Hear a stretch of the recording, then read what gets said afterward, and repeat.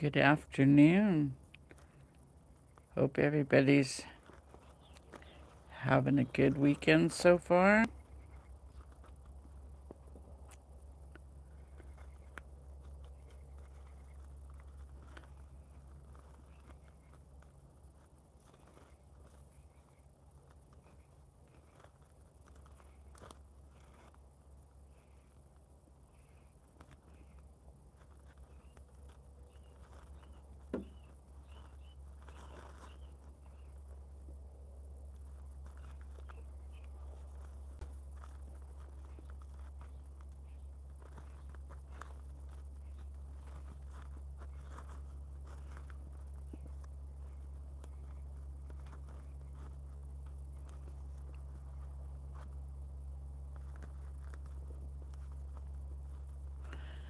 Hope everybody's doing well. Hope I have sound today. Gonna wait a couple more minutes. I'm just gonna sew this down. We're working on it's a variation of a double wedding ring. This is the pattern we're working on right now, this table runner. Starlet Rings table runner. I have quite a few of the fabric kits. This is a fabric kit. These are the fabrics.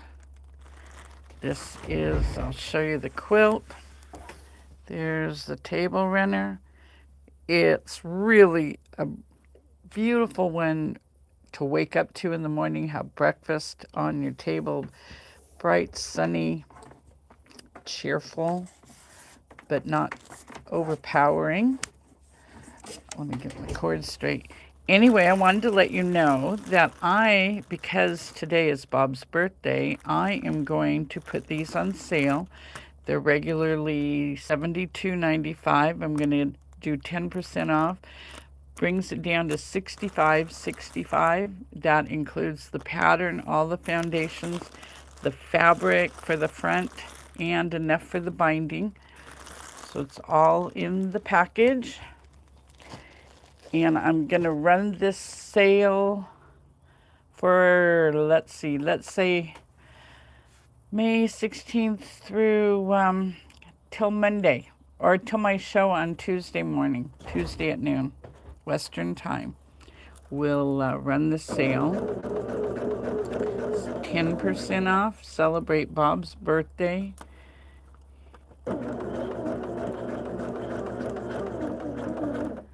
I'm just sewing a ring to the melon here. I'll bring it up to the, whoops, sewed over the pin. Shame. We're sewing, this is a curved seam that we're sewing, and you see how simple it is. We'll do another one to show you for those who missed it on Thursday. And remember that, I don't know why I'm not paying attention, taking my pins out. Next week, we're going to be working on a sweatshirt jacket. It will not look like a sweatshirt when you're done, but it makes it easy for fitting because you know what size sweatshirt you wear. And remember, you want to start with at least one size larger, because we are going to take it apart a little bit and put it back together, so you're going to lose just a little bit. And I am, the one I'll show you, I'm adding length to it. Even though I'm short, I like my jackets go down over my bottom, or at least partially. Okay, after you sew this, you're going to press it. Hope everybody's weekend is going good.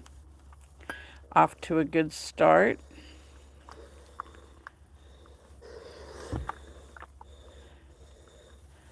Okay, and that we pressed it so that the seam allowance is going out. It's the way it wants to lay. So we let it go how it wants to go. Okay, and then we need to do the other side of the melon, and it's the longer piece. And I've already basted it to the foundation. Run a basting stitch. I just use the same stitch length that I use for all my piecing. So we need to get ready to add that piece. We'll take our straight edge, fold the foundation back. And for those of you who are new, these are our leave-in foundations. You don't have to tear them out. You won't want to tear them out. There's our 1/4 inch seam allowance, so I'll turn that over. The foundations come pre-printed. Instructions in all of the packages have cutting instructions, tell you what size to cut all the pieces.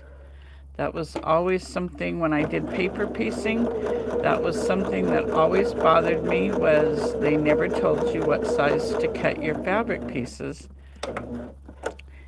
And when I started doing this, I had to figure out the sizes to make the samples. And I thought, why not include that in the packages?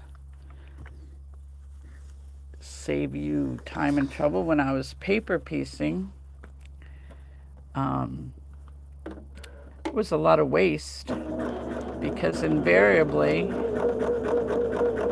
you would cut a piece the exact opposite. If it had an angle, you would cut it the wrong angle. We do try to keep the cutting a little more simple.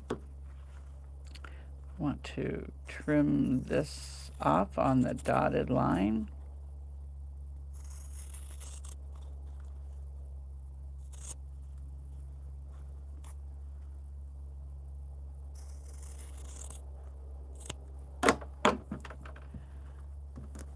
And then we'll do the same thing at the other end. I put my pieces at the proper ends.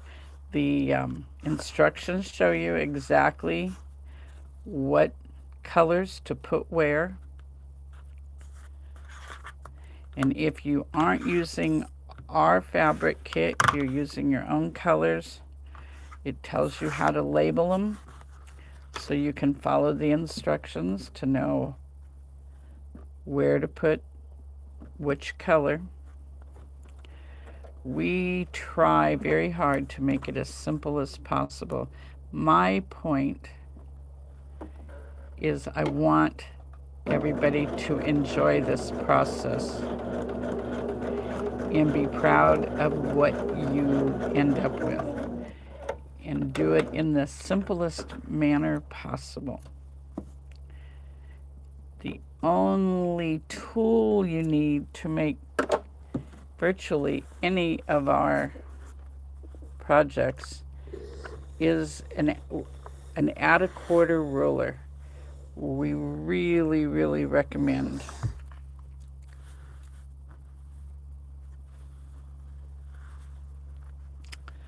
I'm going to stitch that down. I like to stitch this stuff to the foundations, especially at the ends or corners. If you have a large section that's not attached to the foundation, we really recommend.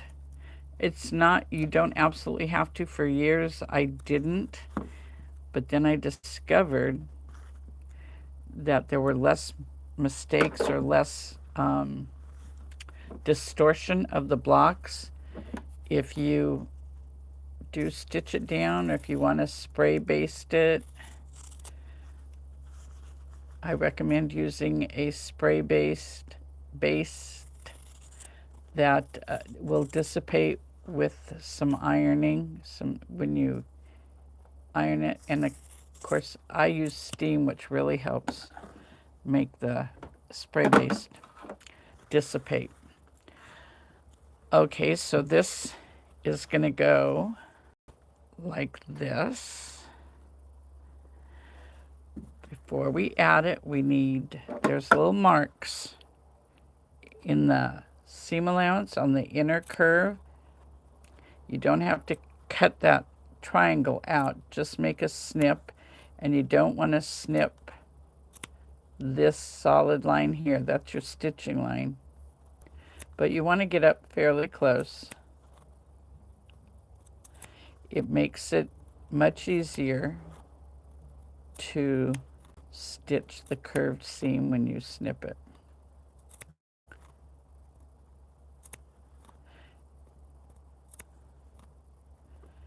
And then on this part B arc, where this seam is, where we added this extra piece, right there where the seam is, you do want to clip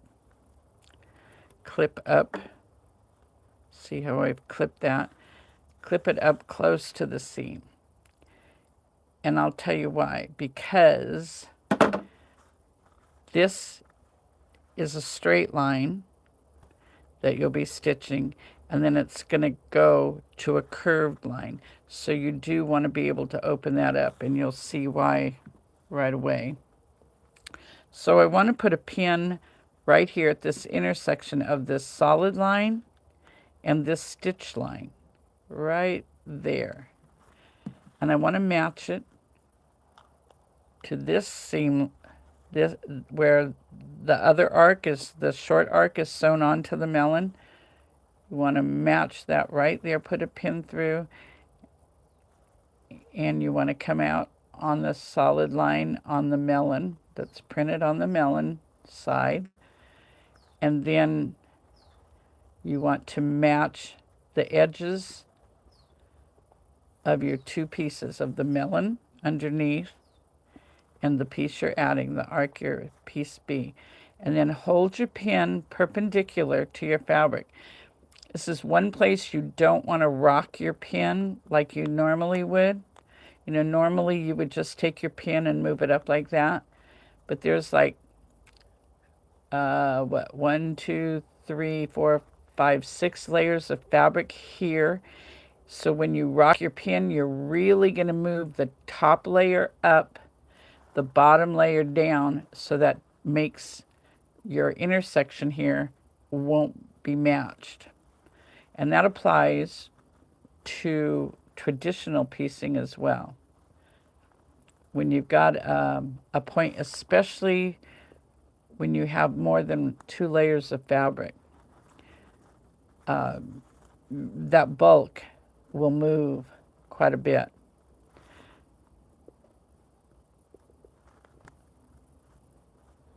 And then you just match your edges. Don't pull anything. Don't stretch anything. The foundation, that's another reason I like stitching the foundation to the fabric, because it won't allow you to stretch it. So then you don't get a big wave when you open it up. Now I'm going to go to the other end, and I'm going to put a pin right at that intersection again. Right there, and put it right through at this intersection. Well, my fingers don't want to work today. Whoops, way down. Okay, right there. And right at that seam line. And then we're just going to match up the edges on the curved side.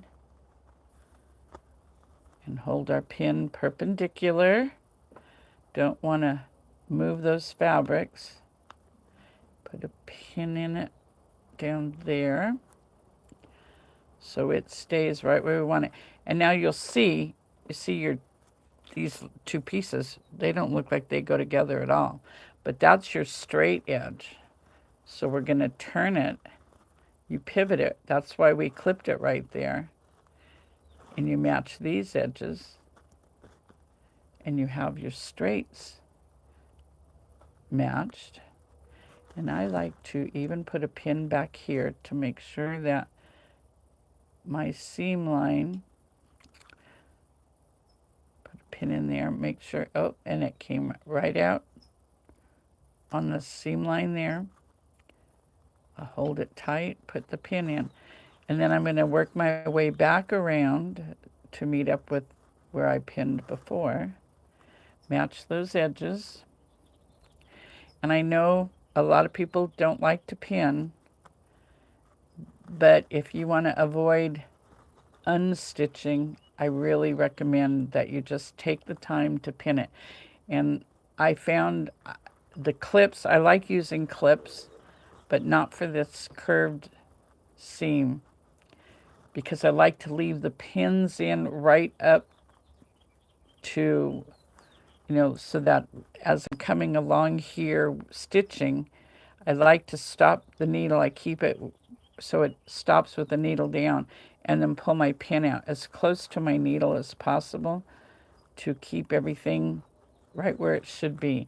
And I found with the clips, I was having to pull the clips out so far in advance that I just didn't feel comfortable letting go that far in advance of where my needle was stitching.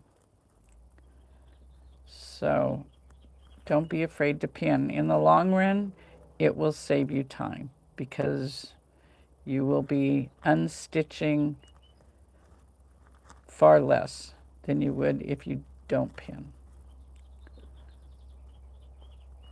And a nice smooth curved seam is so rewarding. And everybody thinks it's so hard. Okay, now we're going to do the straight pieces. See how that just opened up because of the way I clipped it here? Just match those ends. I will put a pin there to hold it together. Whoops. And now we will just stitch on the line, and I pull the fullness this way to keep everything straight right up to this point right here.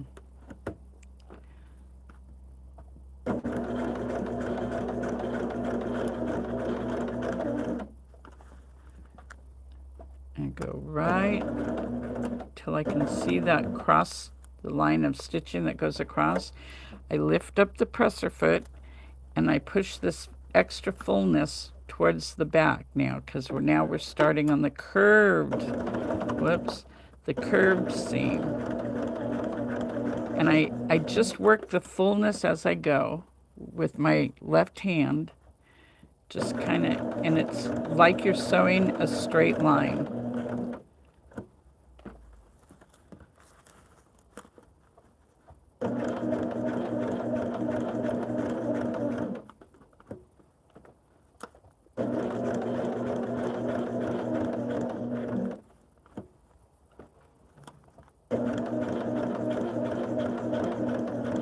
We're gonna join some blocks together today.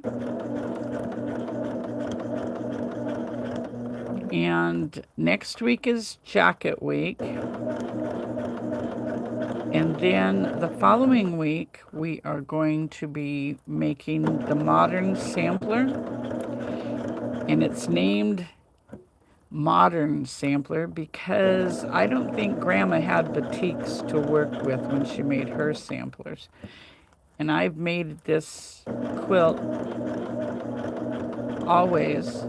I'm on my third or fourth one of this pattern. Always made it with batiks because it's just gorgeous. Okay, now we're coming to the end of the curved line. And I'm going to take the needle right to where right there, where the cross seam is. Lift my presser foot up and move this fullness towards the back. Pull this, make sure everything's nice and straight. And then we're just going to stitch the straight line.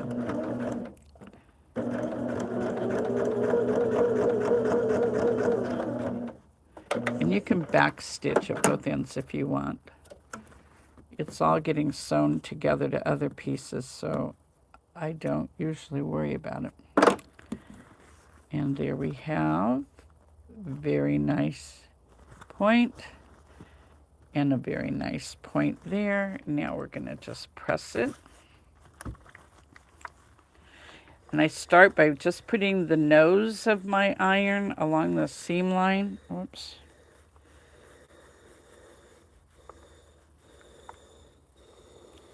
Then I just press it on out. And yes, I do use steam. I know a lot of quilters don't like to use steam. It's entirely up to you. I just feel like I get a flatter seam. And there's the back side. Everything's laying nice and flat and smooth. Okay, so now we got to add the outer part. And the plain color, or the plain outer corner, goes like that on the blue. So again, this inside seam, we need to clip the inside curve. Whoops.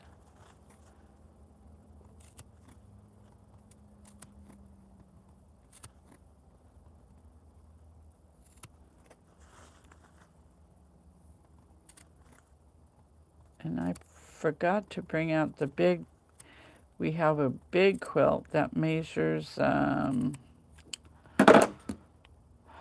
think it's I have to look it up, 110 by 116, something like that. Using the solid rings, the fabric is solid. There's no stars in it. It's just, it looks like a traditional double wedding ring, but the rings are not pieced, and they're all the same color of fabric. Okay, we're going to take this art piece. This is part E, and we're going to put a pin in where the two solid lines meet, and then we're going to pin it right at the seam line, right like that. You see my pin right where the two solid lines cross. This art piece does not go all the way out to the end of the block. The two squares, this one and this one, when the block is complete, these are your corners, your opposite corners. They should measure at 9.5 inches. So this is the other two corners. Well, this is one corner. And then we're just going to roll these edges together again. Don't want to pull anything, stretch anything. And if you've stitched your foundation to your the wrong side of your fabric, it won't allow it to stretch. So you get a better, smoother, curved seam. And a flatter block when you open it up and press it. You won't have... The stretching is what causes, when you open it up, causes that corner, the outer corner, to wave. Okay, I'm going to the other, I only pinned part way down here. I'm going to the other end, and I'm going to do the same thing. I'm going to put a pin in. I've just been working away, haven't been paying any attention to what you guys are saying. Whoops. Let's see. Hello to everybody. Oh, and it's your mom's birthday too? Oh, 95. Well, Bob is 78 today. So we'll, like I say, we're going to have a sale just to celebrate Bob's birthday.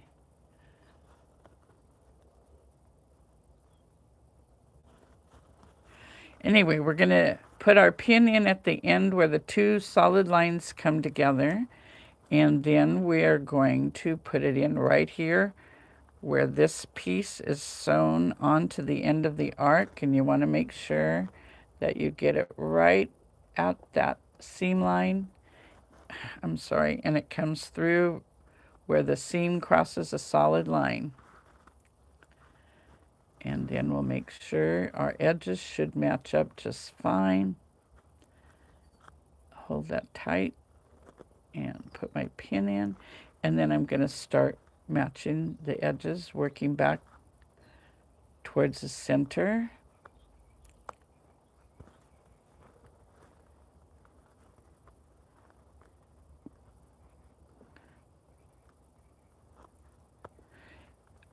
And as soon as you start doing this, you'll get the hang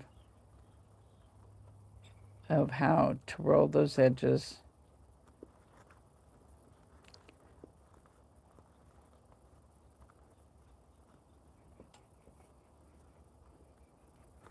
Ouch. Don't pin yourself. That's the only bad thing about pinning.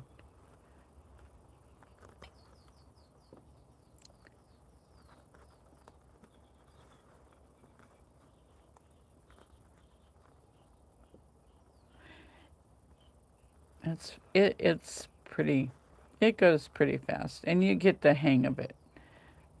I'm trying to slow down. I have a problem when I demo. I tend to work at the speed I work at when I'm home alone. And I forget that the whole purpose is to show you how to do it.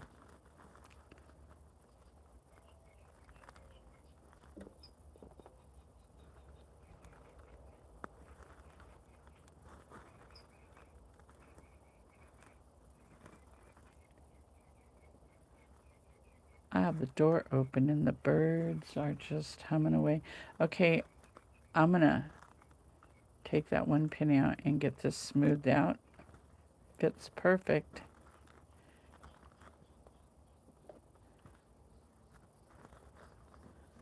Okay, so there I have it pinned. And now I'm just gonna stitch on that line.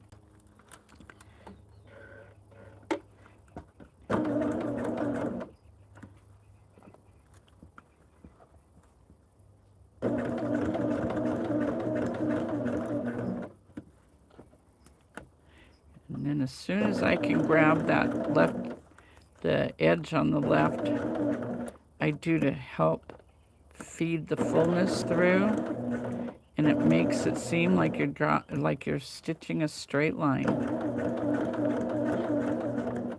And it helps you to keep the edges even.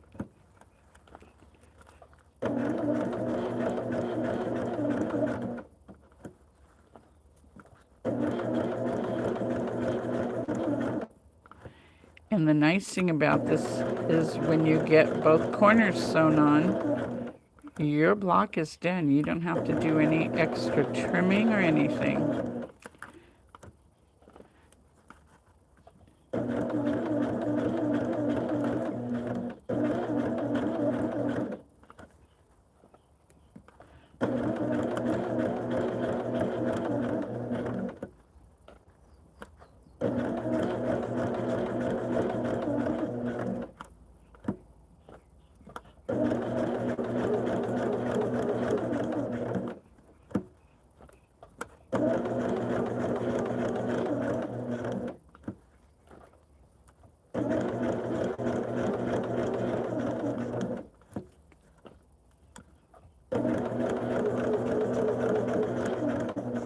Remember, this fabric kit is on sale for Bob's birthday.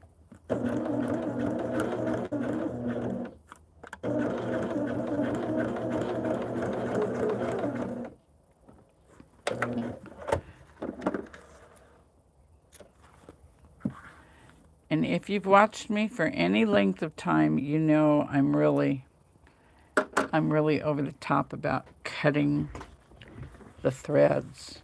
Okay, so here I'm going to just run the nose of my iron along that seam line, kind of set the stitches,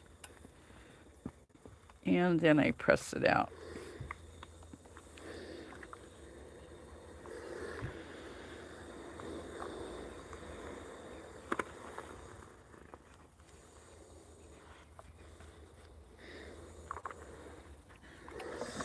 Nice, smooth curve, flat. Okay, now we got to do the other side, and this is where we make the star, this star. Right now we're making this center block, and I have 2 blocks made, 2 quarter blocks. So half of the ring is done. And I'm going to finish this one and then I'll sew those 2 together.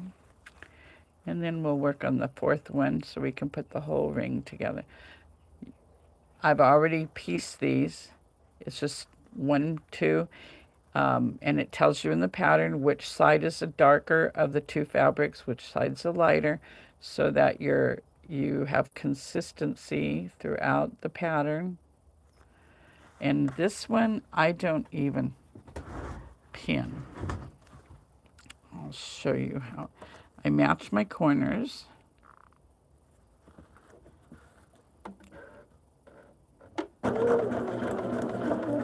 Keep my edges even.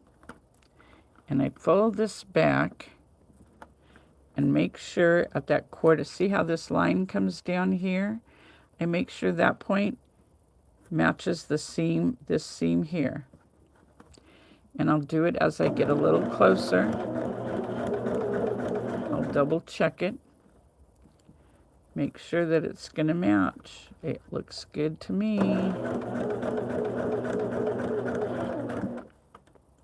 And match that all the way out to the point.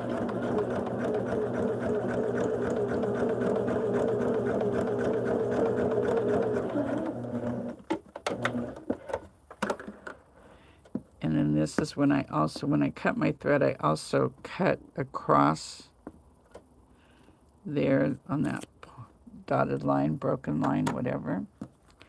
Cut my threads.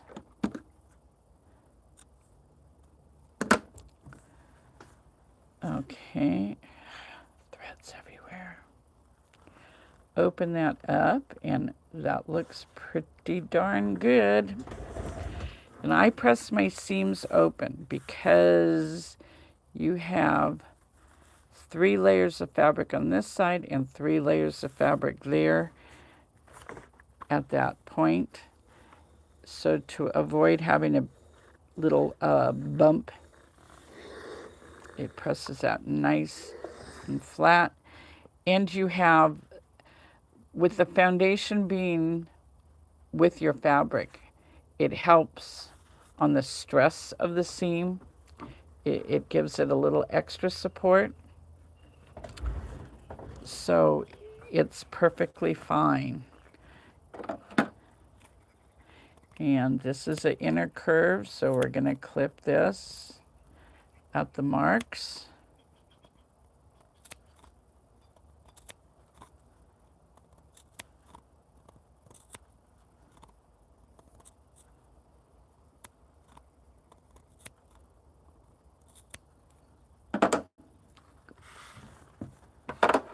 And then we're going to pin it on here, matching the ends like we did on the other side. Treat this as if it was just one piece of fabric. You'll get very efficient at sewing curved seams. They won't scare you. And another thing we need to do is I need to demo doing set-in seams, how easy it is. We'll take away all that fear.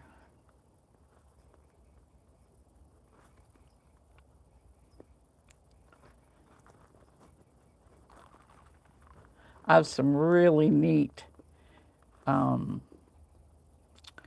blocks and stuff and borders that I'm using in the jacket pattern. And I'm hoping the pattern will be ready next week as well. I was hoping to have it done today, but not quite. I had to go do a little tractor driving yesterday. Whoops. Hi.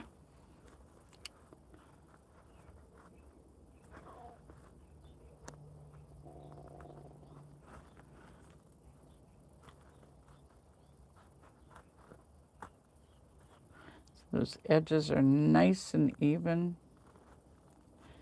And you're not stretching or pulling on either one.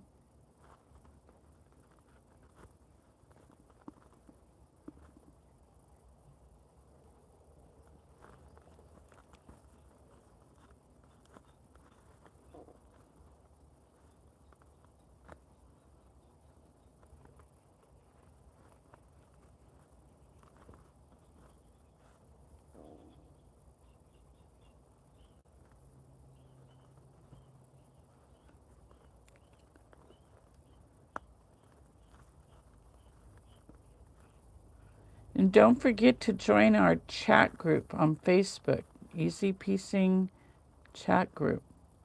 It's where we like to share the different projects we make and encourage each other, answer questions.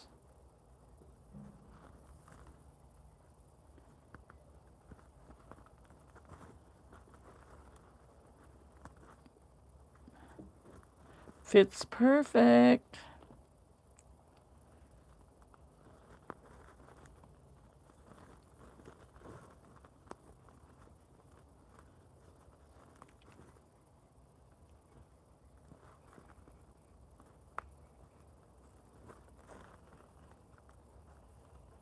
All the way around. And then we're going to stitch it.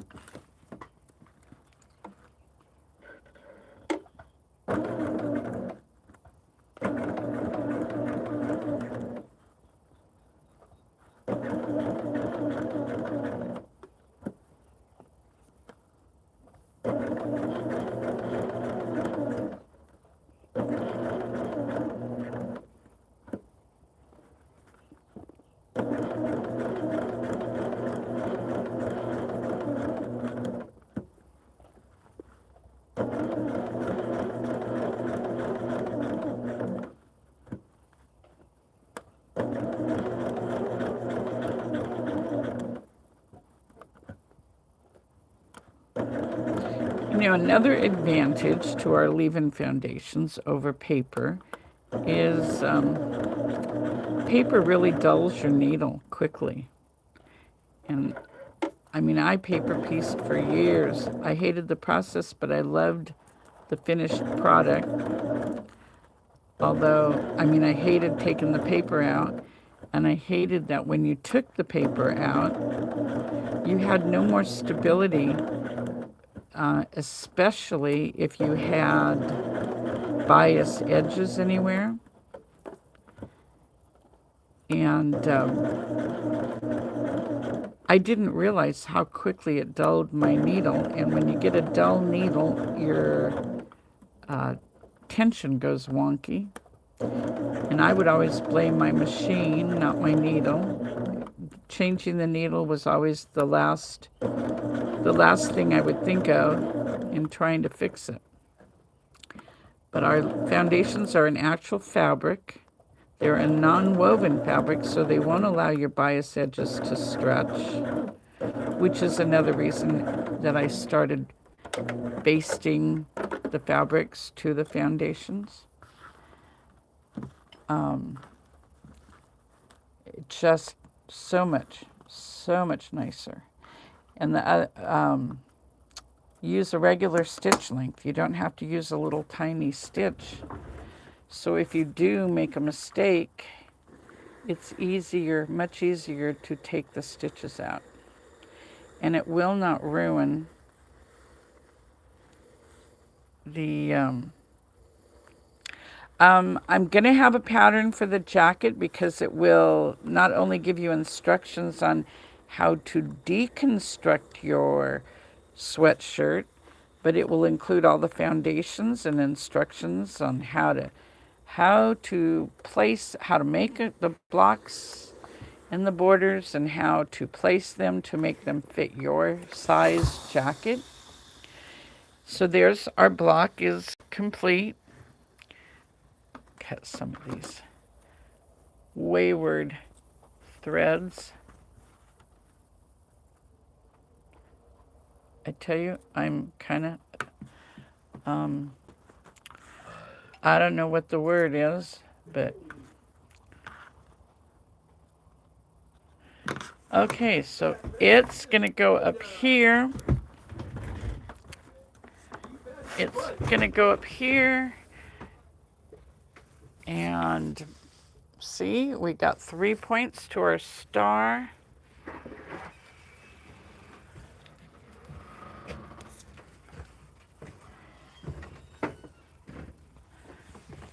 So there we got 3 points. So before we go any further, let's join the two bottom ones together.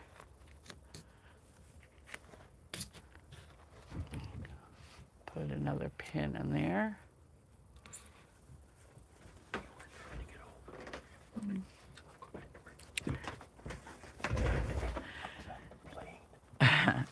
Okay, so this is our common seam. And of course we have to match several different places on here. So first thing, I want to match these two, whoops. I want to match this seam here with the one on the opposite piece. So match those just like that. And put a pin in it here, like that. And then we'll come down this side. And I like to put a pin in this solid seam line right here. That's the seam, that's where we're gonna stitch. And make sure it comes out on the bottom one on the solid line. I can't, oh, there we go. Well, right there. So that we keep everything properly sized and matchy. And then I'm going to come down here to where the seam for the star is, where it crosses. This is stitch. That's, you know, where this stitch is. And I want to put a pin right where the stitching crosses the solid line. And then I'm going to match the same place. If I hold this up to the light, I might be able to see that line. I can't. Got to go down just a hair more. Right there. See that? This is again where I hold everything even and my pin perpendicular. And then I'm going to grab another pin and I'm going to put it in while I'm holding these together with the pin straight through so it doesn't move. I put a pin in like that. Again, we don't want to rock the fabrics. If you rock the pin, you'll move the fabrics. And then I'm going to put a pin in right here where this seam line crosses a solid line. Going to put the pin in right there and turn it over and look to see that you've got it right in the corner there. And then we're going to put it in right at the corner here where the two seams come together. Kind of dark fabric, it's hard for you to see. And match those edges, keep the pin perfectly straight. Put a pin in down here. And then we'll put, look at that, our corners match beautifully. Okay, I think I'm going to put one more pin in. Because when we stitch on this line, it's very hard to keep, the presser foot wants to move you off of this bulk. And I got it right on the line. Hold it tight and put a pin in there. Okay, let's give this a try.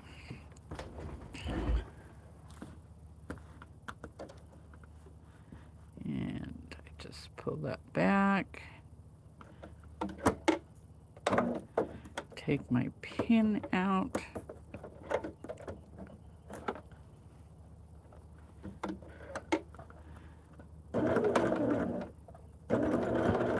And sometimes this is where I like to use my awl. Kind of help get it going. There we go. Just a gentle nudge. And then just stitch on that line.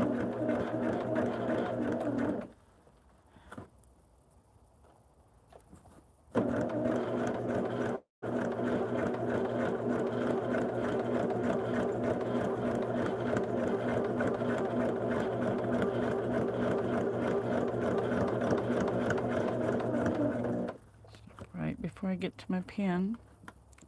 Keep everything nice and flat. Now this is, see, we're gonna, you've got a ring on the back side too with the seam pointing out the same direction. So sometimes your presser foot will want to make it wander off. I just go slow and keep it guided.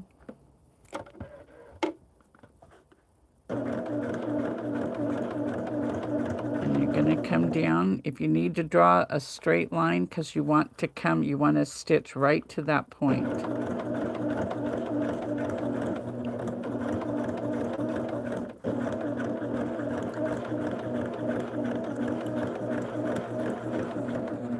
If you need to draw a line over this part here where there is no line to follow, that's perfectly fine. I did that for a long time. And now we're going to open it up. And well, when I press the seam open, that comes out perfect. And our star point is perfect. So now I'm going to press my seam open.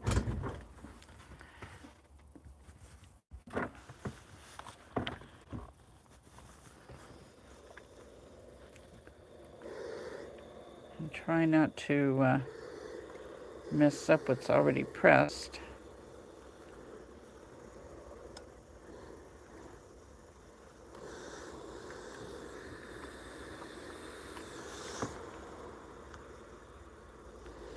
Gotta push your finger down in there to get it opened up all the way. And of course I'm kind of picky. I like the back side to be nice and neat, like the front. So there we have half of a ring done.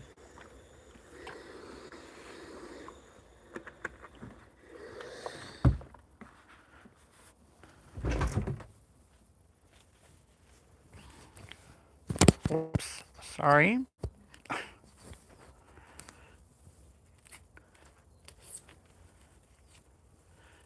And then we can make our fourth ring and our fourth quarter, and we'll have the whole thing done. And I just happen to have it ready to go here.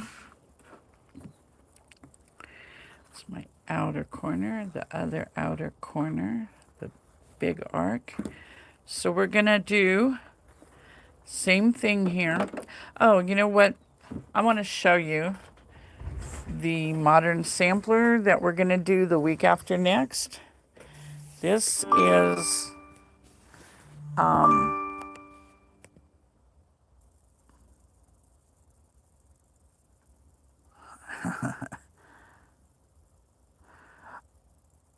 oh, Sandy, I can't wait to see it. This is the modern sampler. This is folded in half and over, but there's 8 different blocks in this one. And I think I have 7 on this side. This is Courthouse Steps down here, and Dutchman's Puzzle, New York Beauty, Wild Goose Chase, Pineapple Block, Fox and Geese, another Wild Goose Chase, Three-Dimensional Arkansas Star, and the other one is the Churn Dash block. There's 3 of each one in the quilt, and the border has, I have to show you this block. It's a square in a square in a square. This is the block right here. So what I did on the 4 outer corners, I did 2 of the border fabric, the outer border fabric, and the 2 corners on the opposite side, the same as the inner border. So it's kind of deceiving, but then it's a square in a square in a square in a square in a square. But it looks kind of lacy almost, but it's a nice blend from the one border to the other. and it uses up all the leftover fabrics from the fat quarters. It's done with from fat quarters. And then the border yardage and the outer border yardage and the sashing yardage.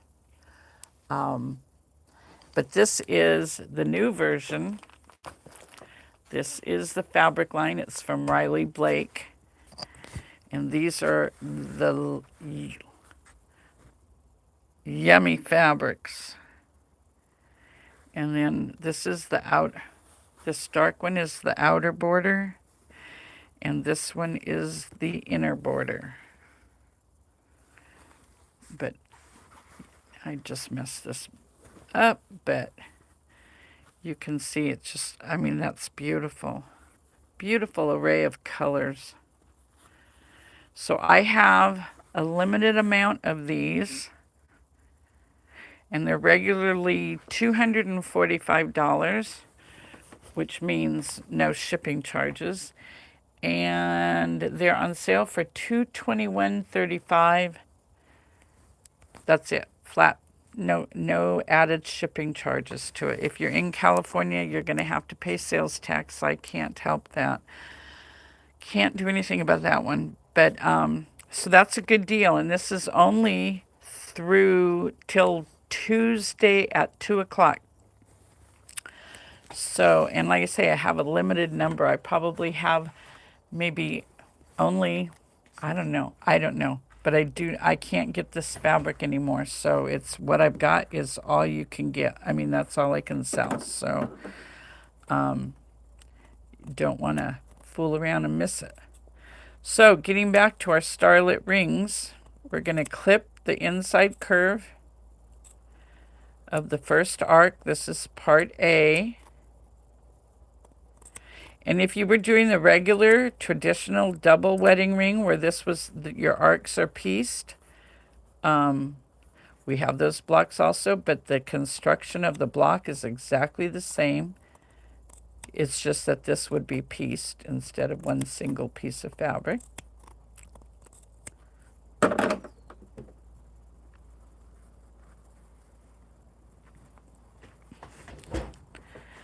Well, Sandy, they're on sale till Tuesday at 2 Pacific time.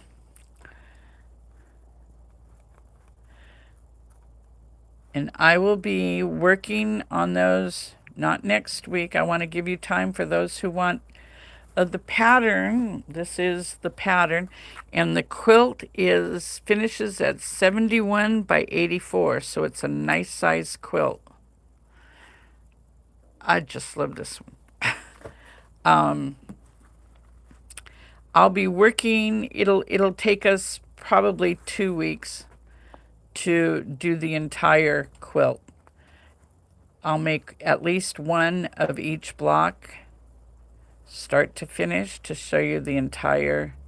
So if you want to sew along, or I mean, obviously you can do it at your leisure because you can go back and watch these videos on how to do it.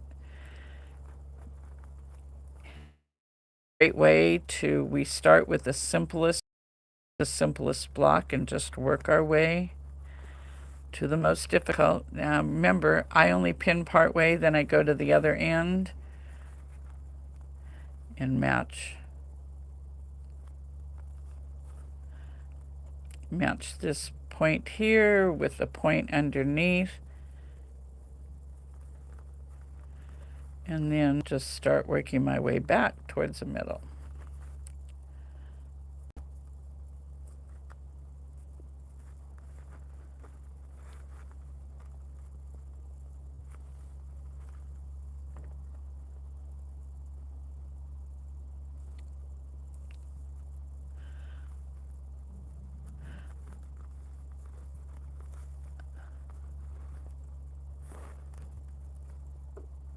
Sounds good, Sandy. And I do believe this week the Stars of the Family quilt is finally going to go on the long arm. I'm pretty sure I have in my head how I want to quilt it.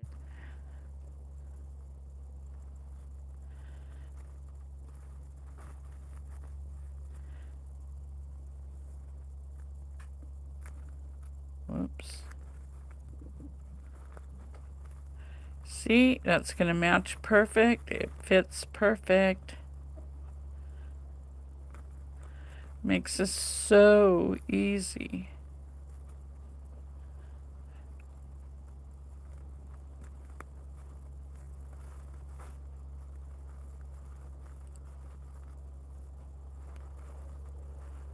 Get that down there so those edges match. And let's sew this. I keep getting twisted up here.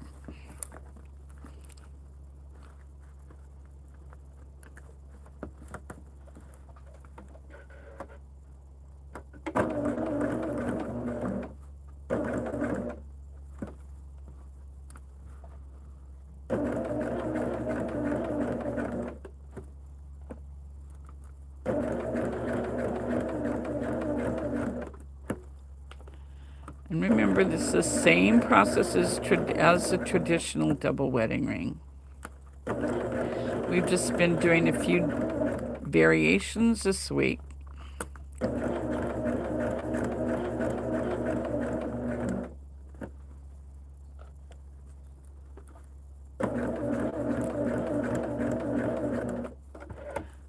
See, I didn't. If you don't get that fullness fed through, don't be afraid to stop and lift the presser foot and get it laid out flat so you don't get a pucker.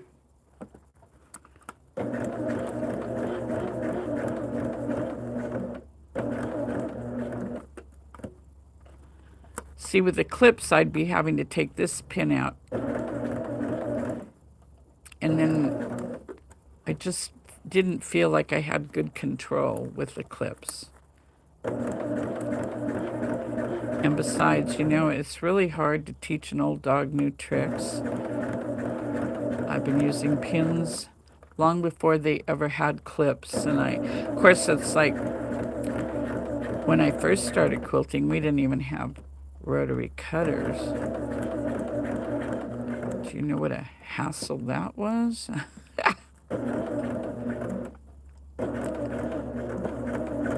I think rotary cutters revolutionized quilting. Oh, on the family of the Stars of the Family quilt, I know I'm going to do stitch in the ditch around all the star parts to make them pop out.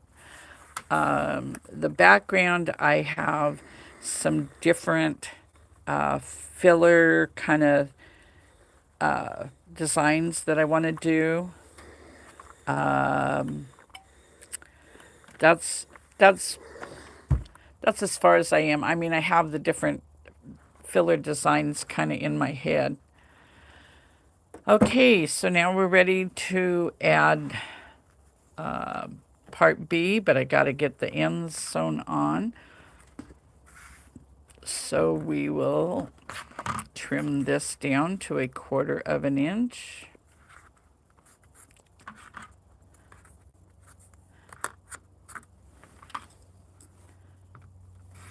I guess I pretty much had it pretty close already. And then put right sides together.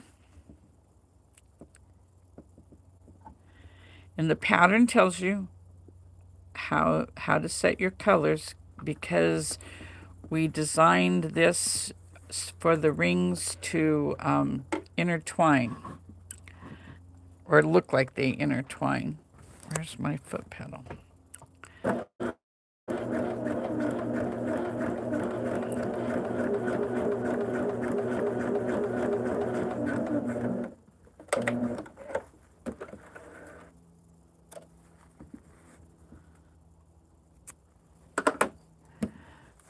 Press this, set those stitches so you get a good flat seam. And then I'm going to just run a line of basting. See, because this is not attached. And then when you're turning it to go from curved seam to straight seam, if this is stitched down, it'll lay perfect.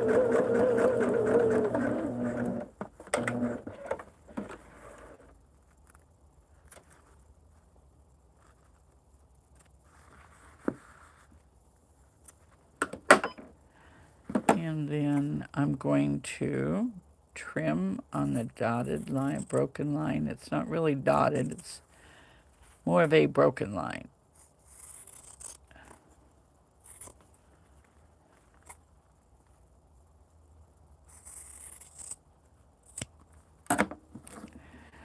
And then we'll do the other end the same way, but with the different fabric.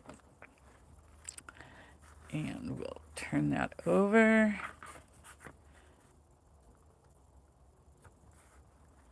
I guess I really didn't need to trim the rest of the arc till I got this done, but I was trimming, so I trimmed it all.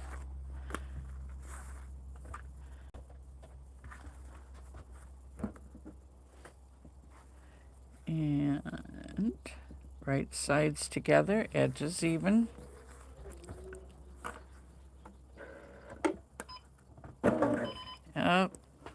Anybody else have that problem? Mine, every once in a while, the foot pedal connection works its way kind of, and it beeps me. And then if I don't fix it, it does all kinds of weird things. Sometimes it just goes 100 miles an hour.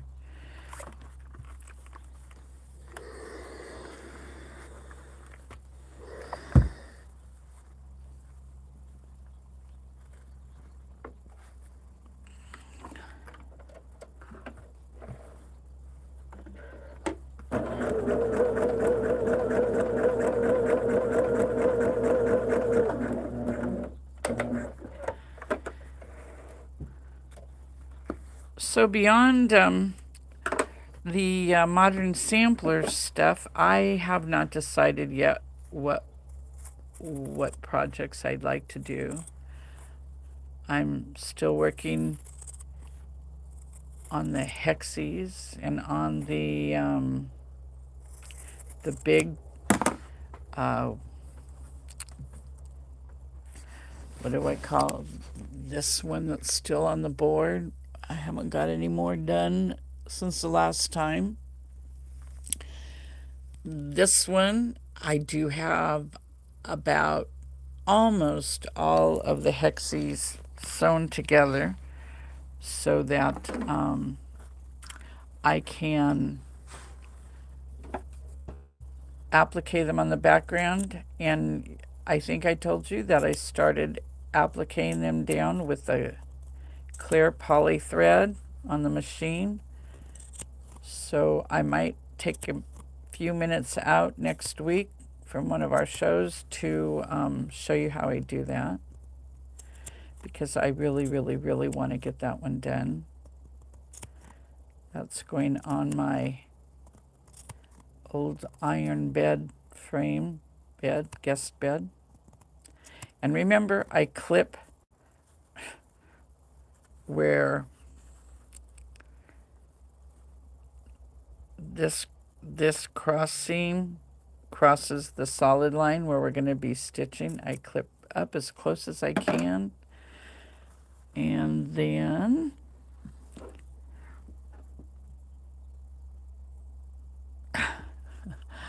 okay, put my pin in right there where the solid line meets that stitch line, and then we're going to match it to the solid line over here. Look at that, right? Got that right on. And match my curved edges here, the curved part. Match that and put my pin down here, keeping this one perpendicular so my fabrics won't move. And remember, these don't line up here. That's the straight edge. We'll come back and we'll line that up.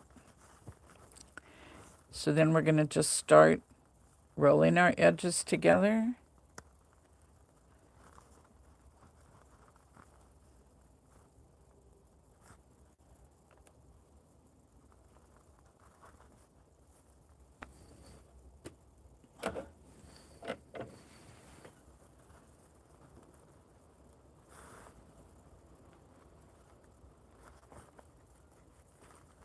I went away here.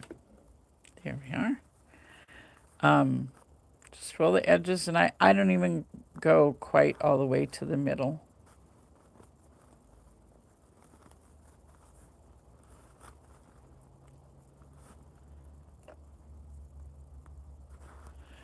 So as you can see, I have a lot of projects to keep me busy.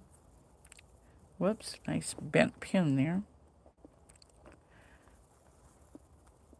We're going to match this with this here. Oh my goodness, I'm getting good at matching that.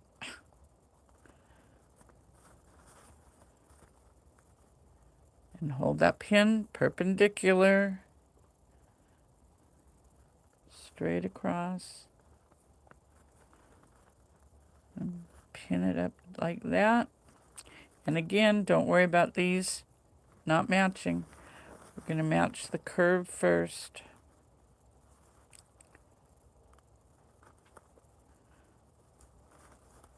Sandy, I need to get my nails done. Ugh, they're looking terrible.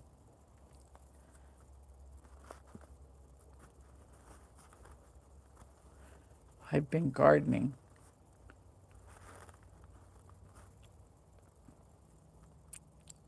That's my other love.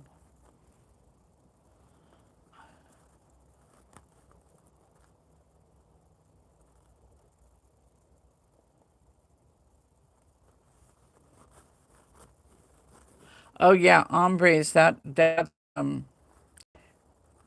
double wedding ring one with the ombre fabrics is just, and you don't have to use as many fabrics as as many ombre fabrics as I did. I think I pulled 12 from the collection. It would look good with one.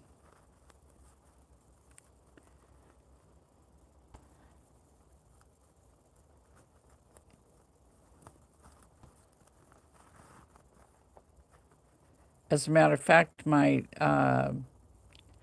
table runner that I did in the ombre fabrics, the wedding star, like the one on the board, but just a table runner, is done with just one ombre fabric, and then I pulled.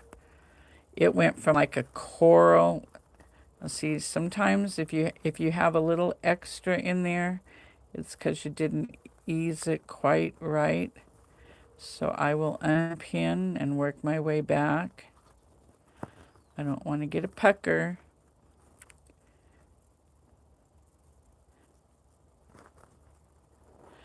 If you don't, when I say roll your edges together, you kind of got to do it very evenly. And sometimes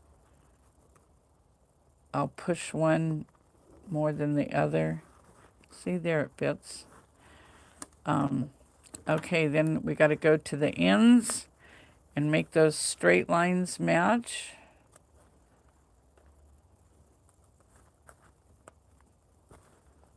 Just like that.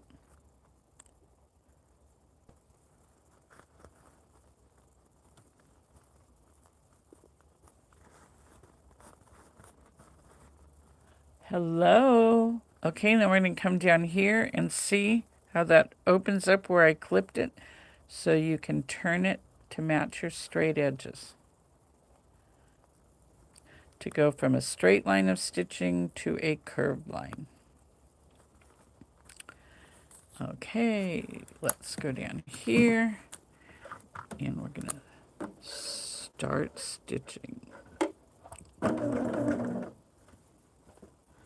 And I pull the extra from the curved part.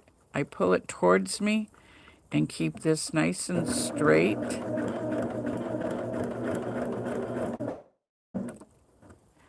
And again, I like to stop with my needle down. And I'm going to go right to that line, right here where the cross line of stitching is, because that's the end of my straight line stitching and the beginning of my curved. Then I lift the presser foot up and I move that fullness towards the back. You want to make sure you don't get a pucker right there by your needle.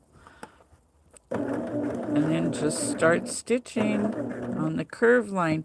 And when you're stitching on the curve line, use your left hand to ease that fullness so you don't get a pucker.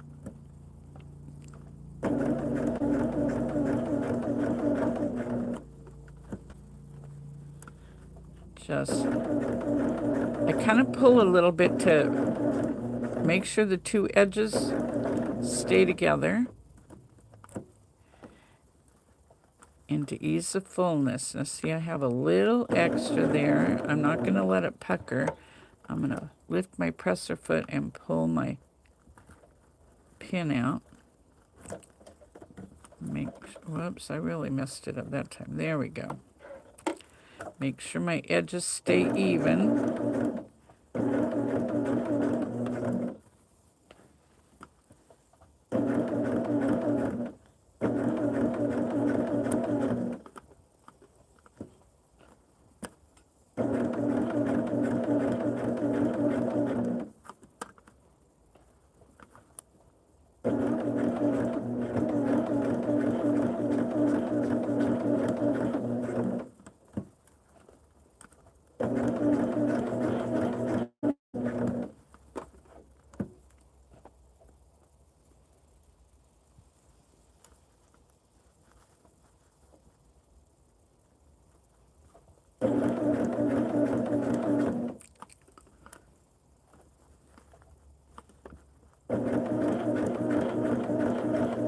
I agree, Denise. I love Bargello quilts.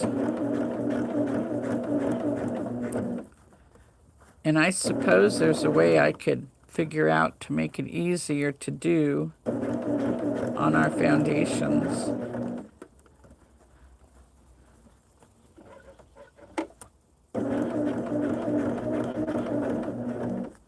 Take that pin out and want to go right up to the seam line, right there. Stop with the needle down, lift up my presser foot and pull everything straight. I'm gonna make sure, oh yeah, I had a little pinch there. Okay, and then just sew straight on out.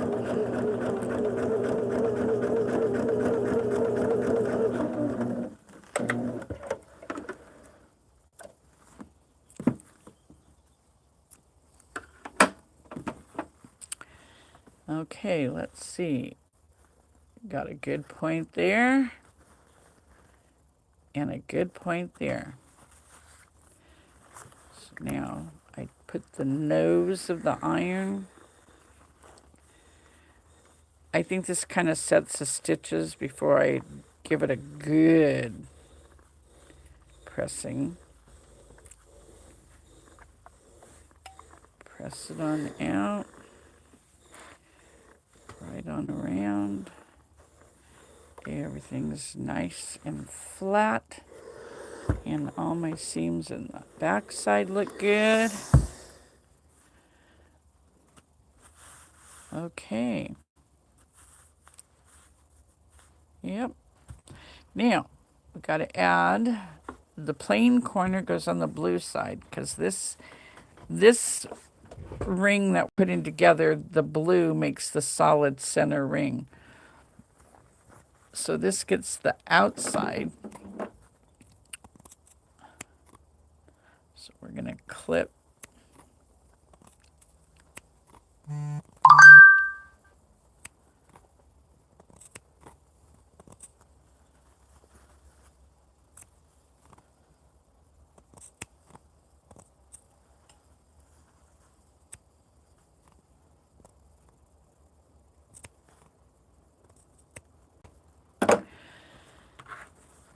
And then right sides together like this.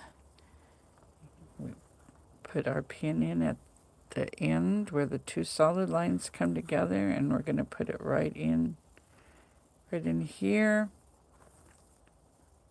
Perfect. Pull that up so those edges match. And then just start working our way around.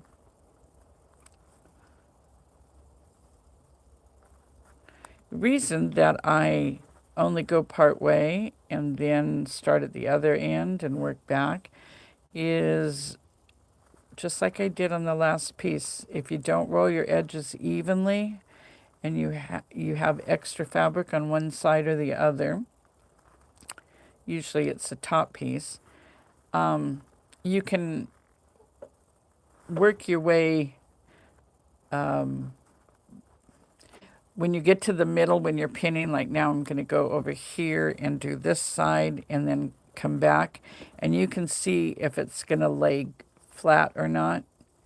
And if not, you'll see where you can work your way towards one side or the other, and you can see where the fullness, why you have fullness, and you can work it out.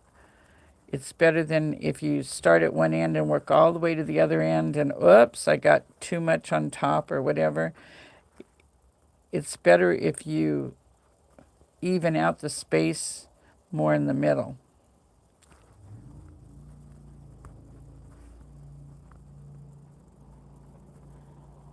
And you could, if you wanted, you could make a mark, fold this in half and mark where the middle is here, and do the same with the outer corner piece and match the center, and then work to either side or from the side back towards the middle.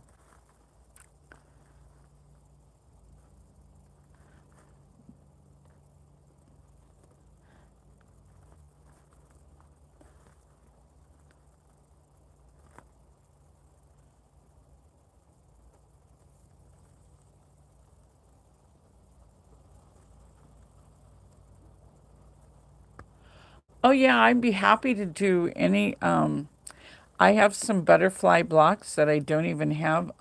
They're done. I don't think I have them on the website yet. I have, let's see, I have I can't even talk. I have butterfly blocks. I have a turkey block. I have, I'm trying to think what else. I have like bird houses. I have all kinds of different, I have a lot of blocks. Just, let me know what you want to see, and we can get it scheduled.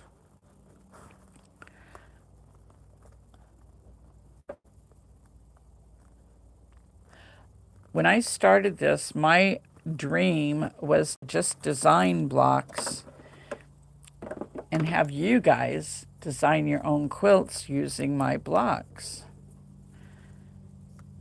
Put this away before I poke myself. Have you guys seen these neat? These, and they also make them so one of these has a thing so you can have a chain to go around your neck, but one end is a nice seam ripper, which I hope you don't have to use too often. And this end is my awl, and I do use this a lot. But the wood is gorgeous. I just love it. I think I got that a couple years ago up at the show in Wisconsin. There was a couple who had those, and I bought Bob I don't remember how many way screwdriver. Gorgeous wood,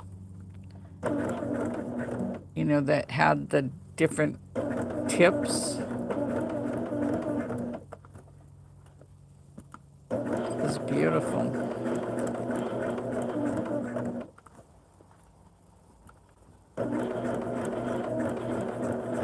I have to say one thing about over all these years, any tool that I ever even hinted that I wanted, Bob would say, get it. If you want it, get it.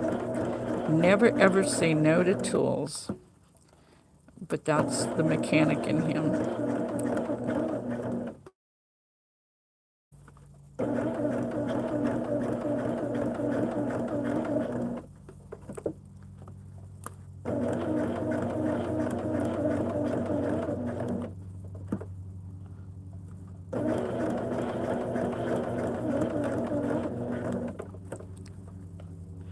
Oh, and I didn't tell Laura that I was putting these fabric kits on sale, so you're gonna have to, I don't know if she's watching.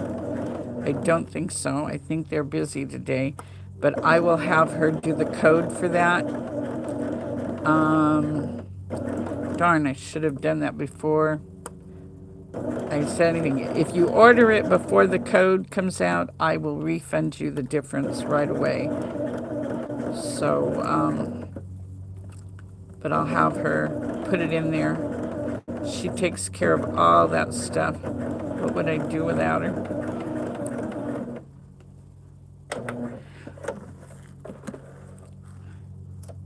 I think I'll have her make the code Bob birthday 10,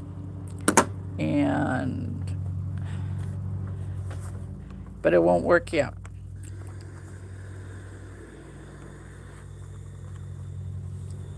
As soon as I'm done here, I will have her do it.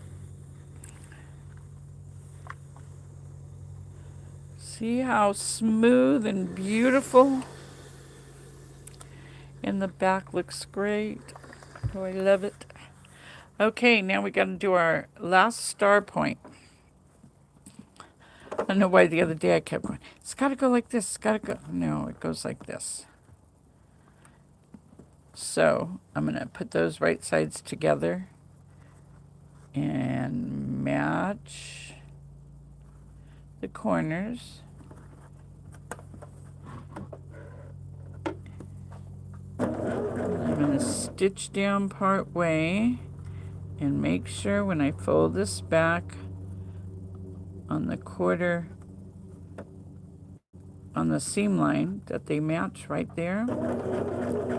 It keeps me from having to pin, and I just make sure. There we go.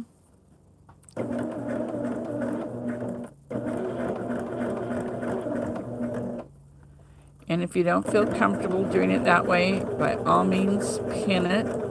I just wanted to show you a way to do it so you wouldn't have to if you didn't want to. Clip that corner off. Clip the threads. And I think that looks okay. Yeah. And then we're going to press that seam open.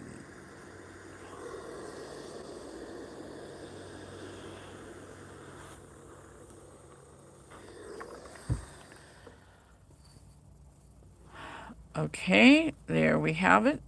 So now we've got to clip this inside seam, or this inside curved seam.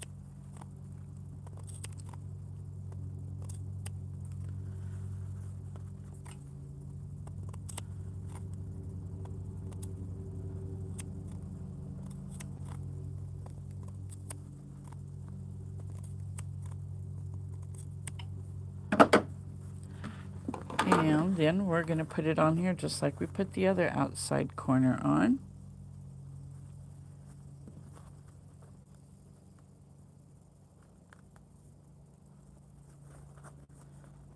Just turn that like that. Hold it in place and pin it. And then we're going to start working our way around.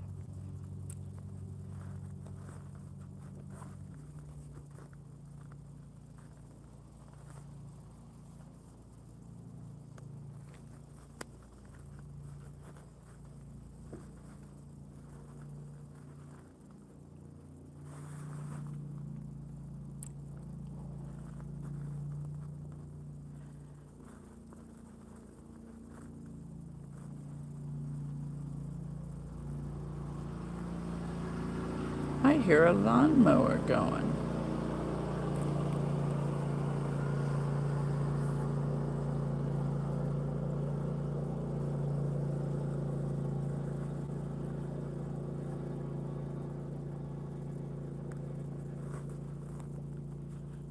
Beautiful day, a little breezy, but the sun's out.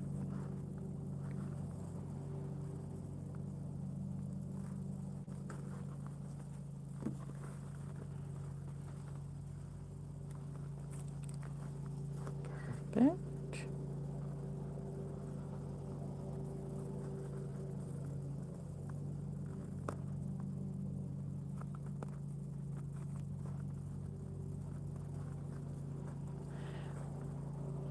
But you can see doing curved seams is easy.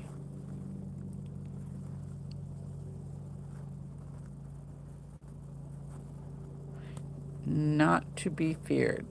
It's a little more difficult with paper.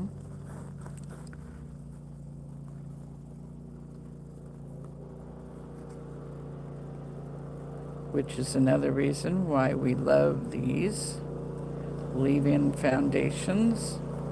We have this foundation fabric made for us here in the United States. That was important to us.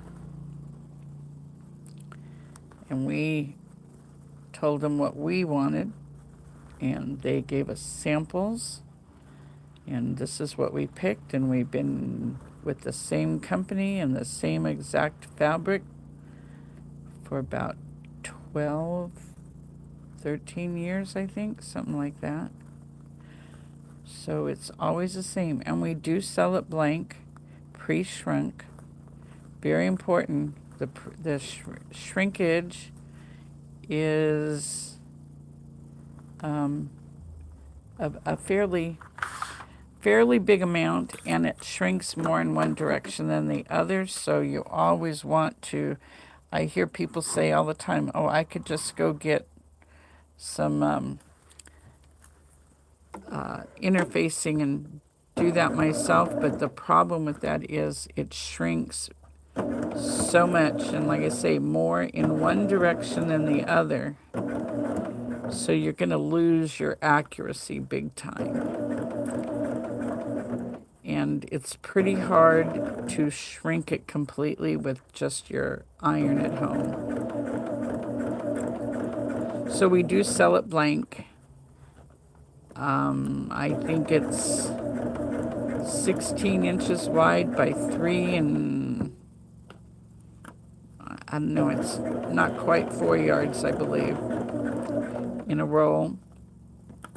And it comes with instructions on how to cut it and attach it to freezer paper. And it's very important you read the instructions, because you need a straight through feed on your copy machine. But you have to remember, if you use a copy machine, you're limited to your size. And if you get out over 7 inches, it's going to start to distort on the outside edges of your prints.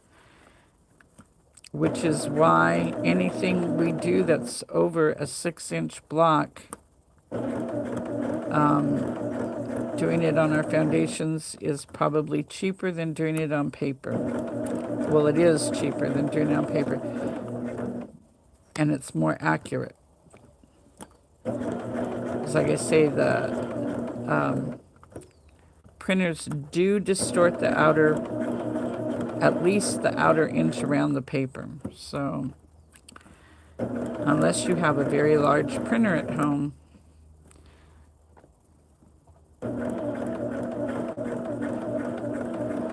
and what a lot of time, whereas you can just order this, it's ready to go. When you get it, you can start sewing.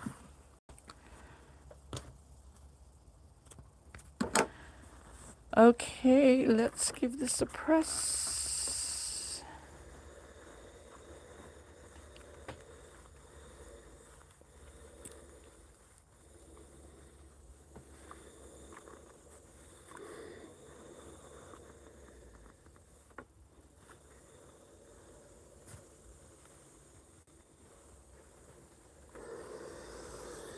Beautiful.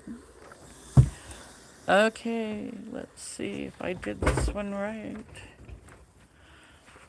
I sure did. Okay.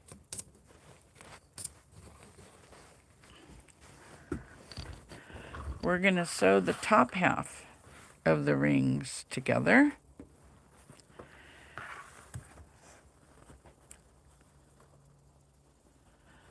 So we've got some points to match And I don't like clips on this either because I'm matching points and I want to keep them matching. So we're going to put our pin in right here where this line of stitching and this line of stitching meet, right like that. And then we're going to put it in on the bottom block. We're going to put it in right there at that point. Put your edges together and keep the pin going straight across. And then come down here and put your pin in here. You know what? I think my lights need to be a little better. Take that pin out, and then I just make sure this matches with that. It does. Look at that. And then we want to put a pin in at the top of, so our star points match.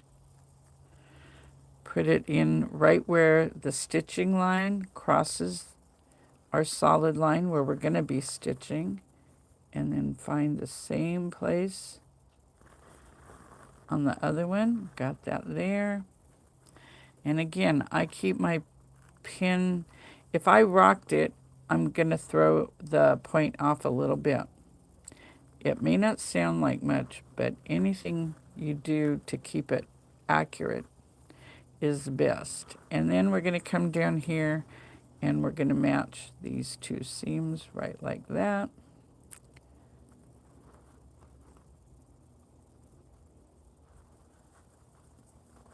And put a pin right here. And then, like I say, I like to, at least in one place on this line, make sure my seam lines match up. Perfect. And just hold that together and put the pin like that. Okay, I am ready to stitch.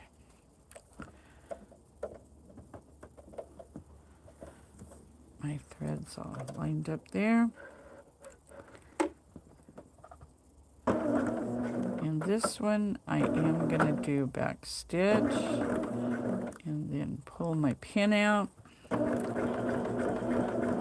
and stitch.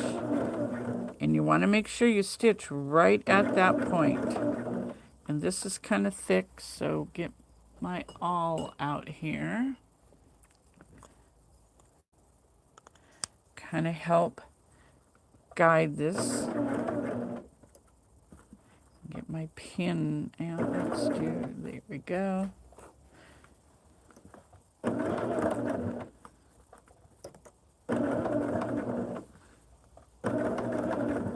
Come on. And this is where, sewing this direction, this is where this little bit of bulk is going to want to throw you off.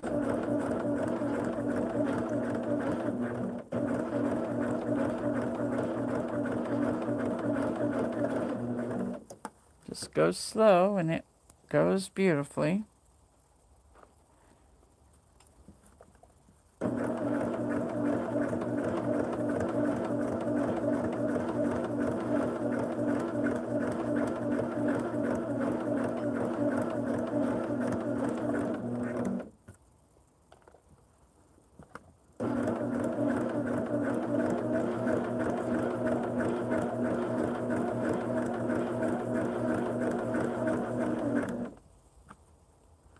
Make sure nothing moves.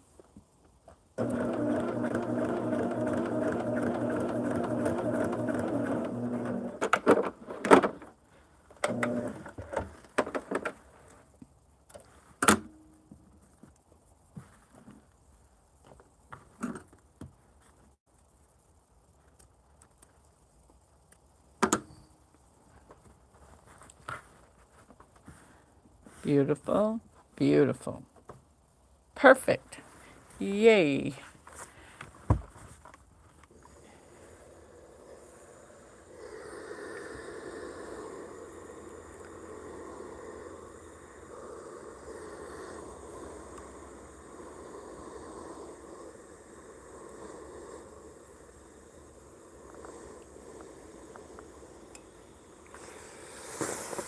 Oops.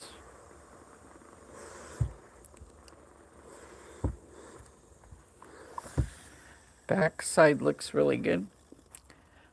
Front side looks really good.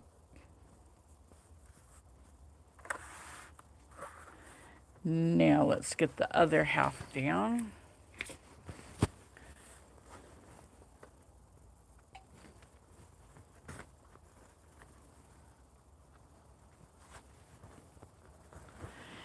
And we're going to put these two together right here. I've got matching to do on this. So we're going to match right here, this point right here.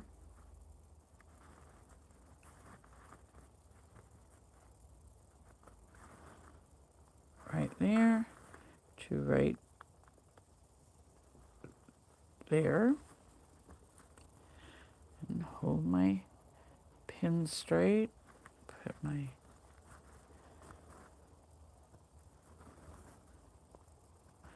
sometime when I'm just messing around, I will show you guys why I always say to put the pin in and keep it straight.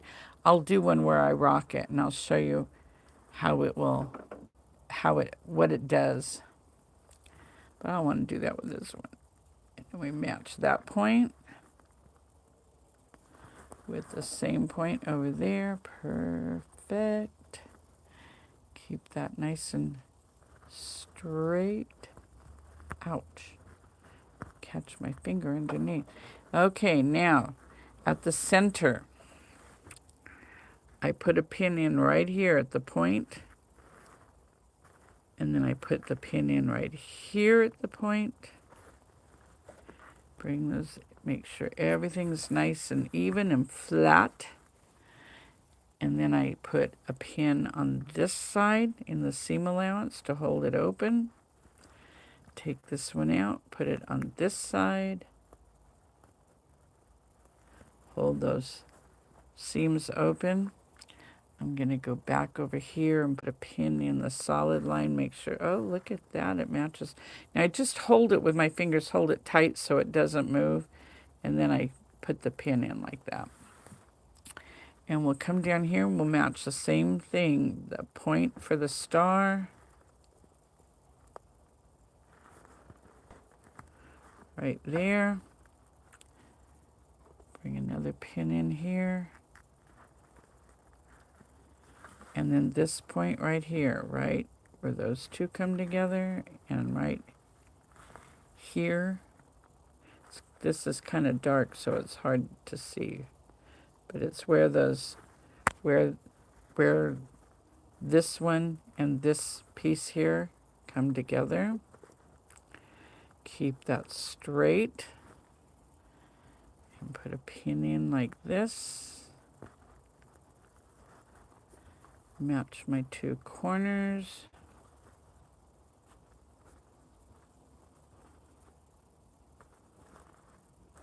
Match perfect. And then I'm going to come back and I'm going to put a pin in here just to keep my two seams lined up. Perfect. Hold it tight. Put that pin in there like that. Okay, we're ready to sew this together.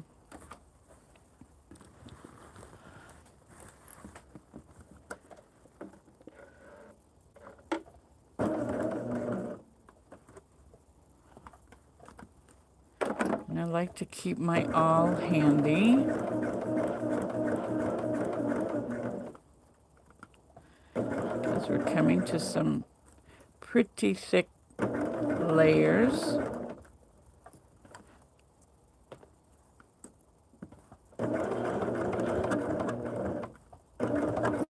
Whoops.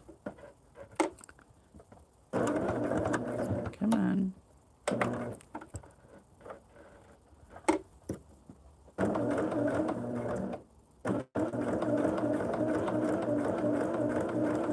I think I may have.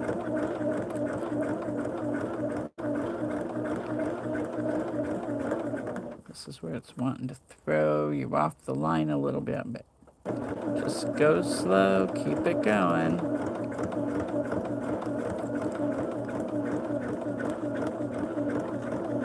I have a hunch. Did I? Oh, no, it laid flat. Okay.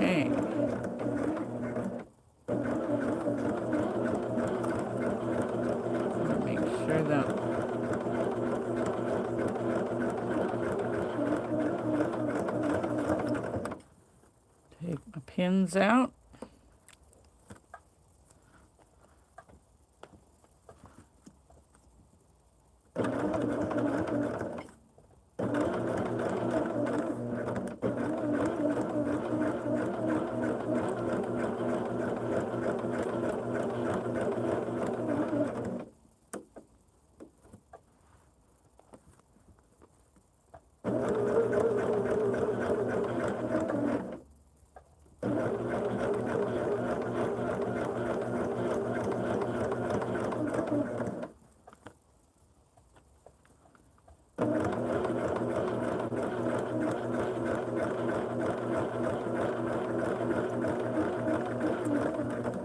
Okay, and remember, this line goes just like this, right down to this point. And again, if you need to draw a line on there, that's fine.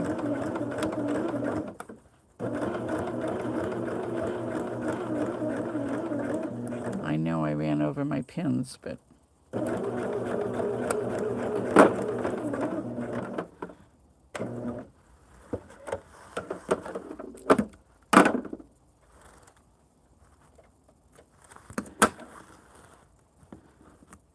okay, now the reveal. Let's cut this threads down here.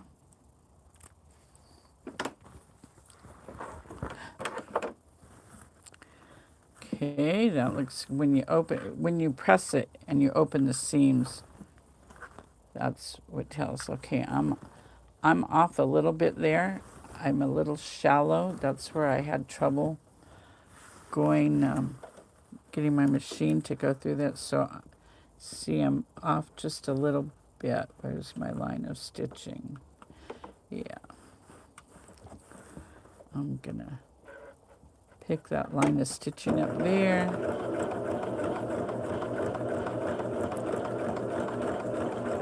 There we go.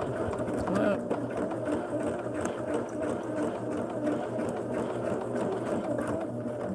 That should do it. Sometimes your machine will throw you off with that thickness. Perfect. Perfect. Okay, and our star points are good. Let's press this seam open and we'll have our center ring done.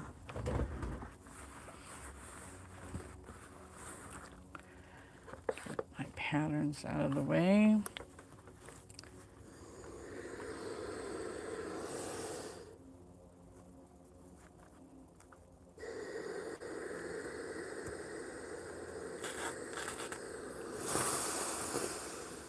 Gotta get your fingers in there.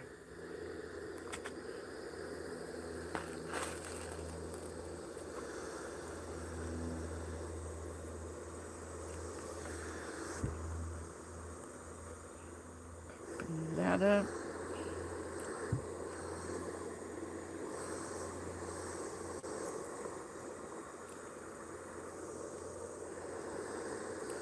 There. Yeah, always mess up the other seams.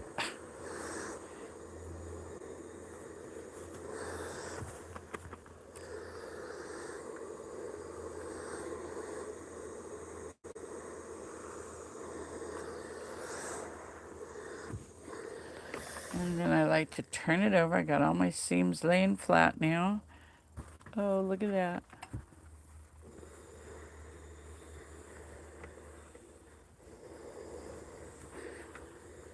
Give it a good pressing.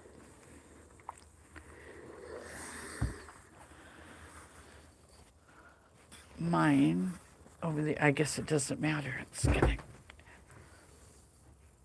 let me pin it up here and back up so you can see the whole thing. Oops.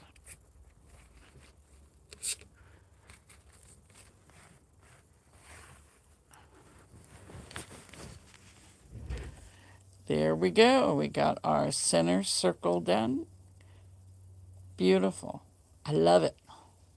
This is such a delicate fabric with the yellow. I just love the yellow. And of course it's got the pink and the blue and the lavender and all of that in there and all beautiful. So remember, I have fabric kits for that, and they're going to be on sale starting in about an hour. 10% off for the fabric kit. And there's the pattern. This makes it 18 by 54 table runner. The circle is from top to bottom, side to side, is 18 inches when finished. So, geez, I love that. And then don't forget, in 2 weeks, we're going to start, or I guess in not next week, but the week after, we're going to start the modern sampler. We'll be making all 8 blocks over a period of a couple of shows, 3 or 4 shows, maybe more, because I do want to show you the border blocks as well. See, it kind of, I don't know if you can see without the glare, kind of looks lacy going around between the two borders, the inner border and the outer border. And this is our previous fabric line, and I tried to get something very similar. So this is the new fabrics, and the backing or the border, it has enough to do the entire quilt front plus the binding. This is the inner border, and this dark is the outer border. Beautiful colors. All batiks from, I know I said before, Riley Blake. Anyway, and that's 10% off too for the kit. So I think that's going to wrap it up for today. I'm going to finish this and this top hopefully this weekend. And but this is what the finished one looks like that. So I hope you guys have a great rest of your weekend. I'm going to be doing some sewing and pattern writing. So thanks for joining me today. We will see you Tuesday at noon Pacific Daylight Time, and we're going to be working on a sweater jacket. So you don't have to buy a jacket pattern. You'll know what size you wear. You want to start with one that is at least one size larger than what you would normally wear, and no hood on it. I just start with a pullover, crew neck, raglan sleeve sweatshirt. So, and if you have trouble finding one, let me know. I'll tell you where I get all mine. And anyway, I think that's it. We'll see you on Tuesday. Have a good weekend. Bye-bye.